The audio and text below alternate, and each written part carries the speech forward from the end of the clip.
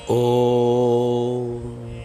तव कथामृतं तप्तजीवनं कविभिरीरितं कल्मषापहं श्रवणमङ्गलं श्रीमदाततं भुवि गृह्णन्ति ये भूरिदा जनाः।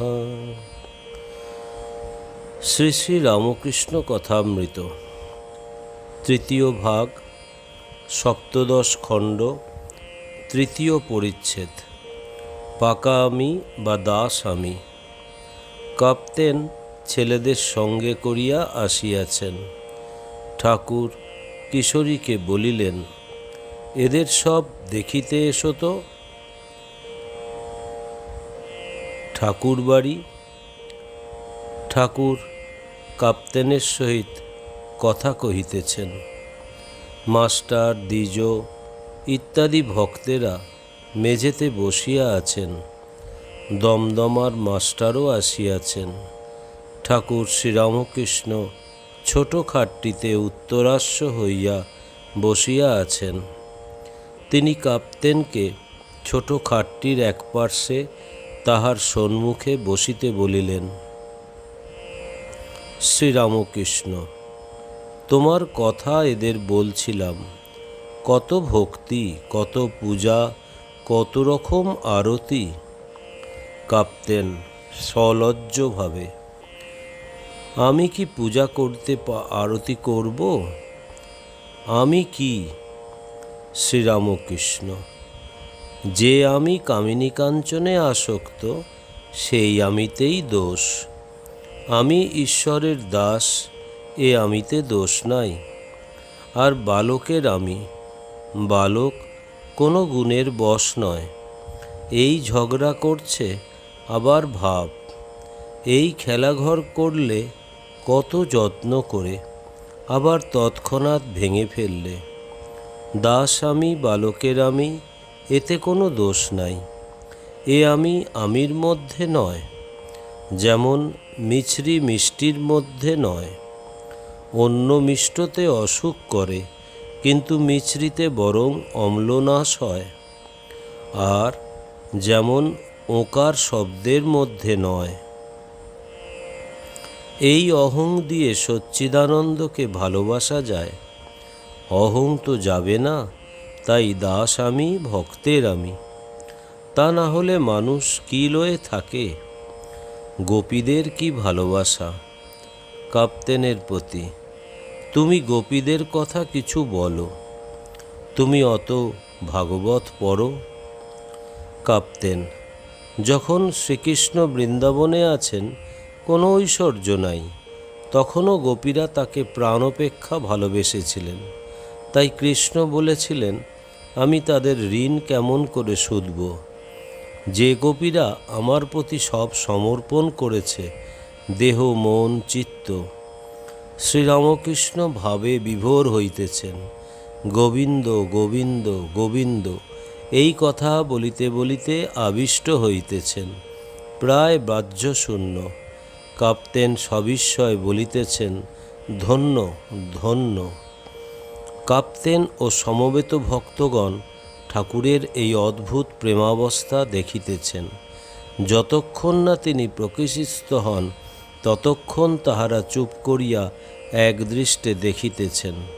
তারপর কাপ্তেন, তিনি যোগীদিগের অগম্য, যোগী ভিরি গমাম। আপনার ন্যায় যোগীদের অগম্য, কিন্তু গোপীদিগের গম্য। যোগীরা কত বৎসর যোগ করে যাকে পায় নাই, কিন্তু গোপীরা অনায়াসে তাকে পেয়েছে। শ্রীরামকৃষ্ণ সহাস্যে, গোপীদের কাছে যাওয়া, খেলা, কাঁদা, আবদার করা, এসব হয়েছে। একজন ভক্ত বলিলেন, শ্রীযুক্ত বঙ্কিম কৃষ্ণচরিত্র লিখেছেন। শ্রীরামকৃষ্ণ, বঙ্কিম শ্রীকৃষ্ণ মানে, শ্রীমতী মানে না। কাপ্তেন, বুঝি লীলা মানেন না?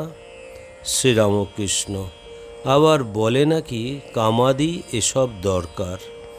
দমদম মাস্টার, নবজীবনে বঙ্কিম লিখেছেন, ধর্মের প্রয়োজন এই যে শারীরিক, মানসিক, আধ্যাত্মিক প্রভৃতি সব বৃত্তির স্ফূর্তি হয়। কাঁপতেন, কামাদি দরকার, তবে লীলা মানেন না। ঈশ্বর মানুষ হয়ে বৃন্দাবনে এসেছিলেন, রাধাকৃষ্ণ লীলা তা মানেন না। শ্রীরামকৃষ্ণ সহাস্যে, ওসব কথা যে খবরের কাগজে নাই, কেমন করে মানা যায়? একজন তার বন্ধুকে এসে বললে, ওহে, কাল ওপারা দিয়ে যাচ্ছি, এমন সময় দেখলাম সে বাড়িটা হুড়মুড় করে পড়ে গেল। বন্ধু বললে, দাঁড়াও হে, একবার খবরের কাগজখানা দেখি। এখন বাড়ি হুড়মুড় করে পড়ার কথা খবরের কাগজে কিছুই নাই। তখন সে ব্যক্তি বললে, কই, খবরের কাগজে তো কিছুই নাই, ওসব কাজের কথা নয়। সে লোকটা বললে, আমি যে দেখে এলাম। ও বললে, তা হোক, যেকালে খবরের কাগজে নাই সেকালে ও কথা বিশ্বাস করলুম না। ঈশ্বর মানুষ হয়ে লীলা করেন, এ কথা কেমন করে বিশ্বাস করবে? এ কথা যে ওদের ইংরেজি লেখাপড়ার ভিতর নাই। পূর্ণ অবতার বোঝানো বড় শক্ত, কি বলো? 14 পোয়ার ভিতর অনন্ত আশা। কাঁপতেন, কৃষ্ণস্তু ভগবান স্বয়ং, বলবার সময় পূর্ণ ও অংশ বলতে হয়। শ্রীরামকৃষ্ণ, পূর্ণ ও অংশ যেমন অগ্নি ও তার স্ফুলিঙ্গ। অবতার ভক্তের জন্য, জ্ঞানীর জন্য নয়। অধ্যাত্ম রামায়ণে আছে, হে রাম, তুমি ব্যাপ্য, তুমি ব্যাপক, বাচ্যবাচক ভেদেন তমেব পরমেশ্বর। কাঁপতেন, বাচ্যবাচক অর্থাৎ ব্যাপ্য ব্যাপক। শ্রীরামকৃষ্ণ, ব্যাপক অর্থাৎ যেমন ছোট একটি রূপ, যেমন অবতার মানুষরূপ হয়েছেন। চতুর্থ পরিচ্ছেদ। অহংকারী বিনাশের কারণ ও ঈশ্বর লাভের বিঘ্ন। সকলে বসিয়া আছেন। কাঁপতেন ও ভক্তদের সহিত ঠাকুর কথা কহিতেছেন। এমন সময় ব্রাহ্ম সমাজের জয়গোপাল সেন ও ত্রৈলোক্য আসিয়া প্রণাম করিয়া আসন গ্রহণ করিলেন। ঠাকুর সহাস্যে ত্রৈলোক্যের দিকে তাকাইয়া কথা কহিতেছেন। শ্রীরামকৃষ্ণ, অহংকার আছে বলে ঈশ্বর দর্শন হয় না। ঈশ্বরের বাড়ির দরজার সামনে এই অহংকার রূপ গাছের গুঁড়ি পড়ে আছে। এই গুঁড়ি উল্লঙ্ঘন না করলে তার ঘরে প্রবেশ করা যায় না। একজন ভূত সিদ্ধ হয়েছিল। সিদ্ধ হয়ে যাই ডেকেছে, অমনি ভূতটি এসেছে। এসে বললে, কি কাজ করতে হবে বলো। কাজ যাই দিতে পারবে না, অমনি তোমার ঘাড় ভাঙব। সে ব্যক্তি যত কাজ দরকার ছিল সব ক্রমে ক্রমে করিয়ে নিল, তারপর আর কাজ পায় না। ভূতটি বললে, এইবার তোমার ঘাড় ভাঙি। সে বললে, একটু দাঁড়াও, আমি আসছি। এই বলে গুরুদেবের কাছে গিয়ে বললে, মহাশয়, ভারী বিপদে পড়েছি, এই বিবরণ, এখন কি করি? গুরু তখন বললেন, তুই এক কর্ম কর, তাকে এই চুল গাছটি সোজা করতে বল। ভূতটি দিনরাত ওই করতে লাগলো। চুল কি সোজা হয়? যেমন বাঁকা তেমনি রহিল। অহংকারও এই যায় আবার আসে। অহংকার ত্যাগ না করলে ঈশ্বরের কৃপা হয় না। কর্মের বাড়িতে যদি একজনকে ভাঁড়ারি করা যায়, যতক্ষণ ভাঁড়ারে সে থাকে ততক্ষণ কর্তা আসে না। যখন সে নিজে ইচ্ছা করে ভাঁড়ার ছেড়ে চলে যায়, তখনই কর্তা ঘরে আসে। এসে ঘরে চাবি দেয় ও নিজে ভাঁড়ারের বন্দোবস্ত করে। নাবালকেরই অছি, ছেলে মানুষ নিজে বিষয় রক্ষা করতে পারে না, রাজা ভার লন। অহংকার ত্যাগ না করলে ঈশ্বর ভার লন না। বৈকুণ্ঠে লক্ষ্মীনারায়ণ বসে আছেন। হঠাৎ নারায়ণ উঠে দাঁড়ালেন। লক্ষ্মী পদসেবা করছিলেন। বললেন, ঠাকুর কোথা যাও? নারায়ণ বললেন, আমার একটি ভক্ত বড় বিপদে পড়েছে, তাই তাকে রক্ষা করতে যাচ্ছি। এই বলে নারায়ণ বেরিয়ে গেলেন, কিন্তু তৎক্ষণাৎ আবার ফিরলেন। লক্ষ্মী বললেন, ঠাকুর এত শীঘ্র ফিরলেন যে? নারায়ণ হেসে বললেন, ভক্তটি প্রেমে বিহল হয়ে পথে চলে যাচ্ছিল, ধোপারা কাপড় শুকাতে দিছিল।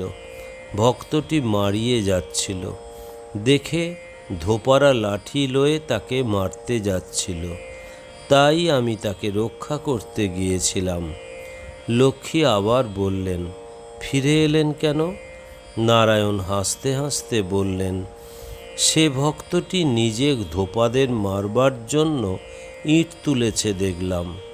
সকলের হাস্য, তাই আর আমি গেলাম না। কেশব সেনকে বলেছিলাম অহং ত্যাগ করতে হবে। তাতে কেশব বললে, তাহলে মহাশয় দল কেমন করে থাকে? আমি বললাম, তোমার এ কি বুদ্ধি? তুমি কাঁচা আমি ত্যাগ করো, যে আমিতে কামিনী কাঞ্চনে আসক্ত করে, কিন্তু পাকা আমি, দাস আমি, ভক্তের আমি ত্যাগ করতে বলছি না। আমি ঈশ্বরের দাস, আমি ঈশ্বরের সন্তান, এর নাম পাকা আমি, এতে কোনো দোষ নাই। ত্রৈলোক্য, অহংকার যাওয়া বড় শক্ত, লোকে মনে করে বুঝি গেছে। শ্রীরামকৃষ্ণ, পাছে অহংকার হয় বলে গৌরী আমি বলতো না, বলতো ইনি। আমিও তার দেখা দেখি বলতাম ইনি। আমি খেয়েছি না বলে বলতাম ইনি খেয়েছেন। সেজবাবু তাই দেখে একদিন বললে, সে কি বাবা, তুমি ওসব কেন বলবে? ওসব ওরা বলুক, ওদের অহংকার আছে, তোমার তো আর অহংকার নাই, তোমার ওসব বলার কিছু দরকার নেই। কেশবকে বললাম, আমিটা তো যাবে না, তবে সে দাসভাবে থাক। যেমন দাস প্রহ্লাদ দুইভাবে থাকতেন। কখনো বোধ করতেন তুমি আমি, আমি তুমি, সো অহং, দুইভাবে থাকতেন। আবার যখন অহং বুদ্ধি আসত, তখন দেখতেন আমি দাস, তুমি প্রভু। একবার পাকা সো অহং হলে পরে তারপর দাসভাবে থাকা। যেমন আমি দাস। কাপ্তেনের প্রতি ব্রহ্মজ্ঞান হলে কতকগুলি লক্ষণে বোঝা যায়। শ্রীমদ্ ভগবতে আছে জ্ঞানীর 4টি অবস্থার কথা: বালকবৎ, জড়বৎ, উন্মাদবৎ, পিশাচবৎ। 5 বছরের বালকের অবস্থা হয়, আবার কখনো পাগলের মতন ব্যবহার করে, কখনো জ্বরের ন্যায় থাকে। এ অবস্থায় কর্ম করতে পারে না, কর্ম ত্যাগ হয়। তবে যদি বলো জনকাদি কর্ম করেছিলেন, তা কি জানো? তখনকার লোক কর্মচারীদের উপর ভার দিয়ে নিশ্চিন্ত হতো, আর তখনকার লোকও খুব বিশ্বাসী ছিল। শ্রীরামকৃষ্ণ কর্ম ত্যাগের কথা বলিতেছেন, আবার যাহাদের কর্মে আসক্তি আছে তাহাদের অনাসক্ত হয়ে কর্ম করতে বলছেন। শ্রীরামকৃষ্ণ, জ্ঞান হলে বেশি কর্ম করতে পারে না। ত্রৈলোক্য, কেন? প্রহরী বাবা এমন যোগী, কিন্তু লোকের ঝগড়া বিবাদ মিটিয়ে দেন, এমনকি মোকদ্দমা নিষ্পত্তি করেন। শ্রীরামকৃষ্ণ, হ্যাঁ হ্যাঁ, তা বটে। দুর্গাচরণ ডাক্তার এত মাতাল, 24 ঘন্টা মদ খেয়ে থাকত, কিন্তু কাজের বেলা ঠিক। চিকিৎসা করবার সময় কোনরূপ ভুল হবে না। ভক্তি লাভ করে কর্ম করলে দোষ নাই, কিন্তু বড় কঠিন, খুব তপস্যা চাই। ঈশ্বরই সব করছেন, আমরা যন্ত্রস্বরূপ। কালীঘরের সামনে শিখরা বলেছিল, ঈশ্বর দয়াময়। আমি বললাম, দয়া কাদের উপর? শিখরা বললে, কেন মহারাজ, আমাদের সকলের উপর। আমি বললাম, আমরা সকলে তার ছেলে, ছেলের উপর আবার দয়া কি? তিনি ছেলেদের দেখছেন, তা তিনি দেখবেন না তো বামুন পাড়ার লোকে এসে দেখবে? আচ্ছা, যারা দয়াময় বলে তারা এটি ভাবে না যে আমরা কি পরের ছেলে? কাঁপতেন, আজ্ঞা হ্যাঁ, আপনার বলে বোধ থাকে না। ওম নিরঞ্জনম নিত্যম অনন্তরূপম ভক্তানুকম্পাধীত বিগ্রহং বৈ ঈশাবতারম পরমেশমিড্যম তং রামকৃষ্ণম শিরসা নমামহম। শ্রীরামকৃষ্ণ অর্পণমস্তু।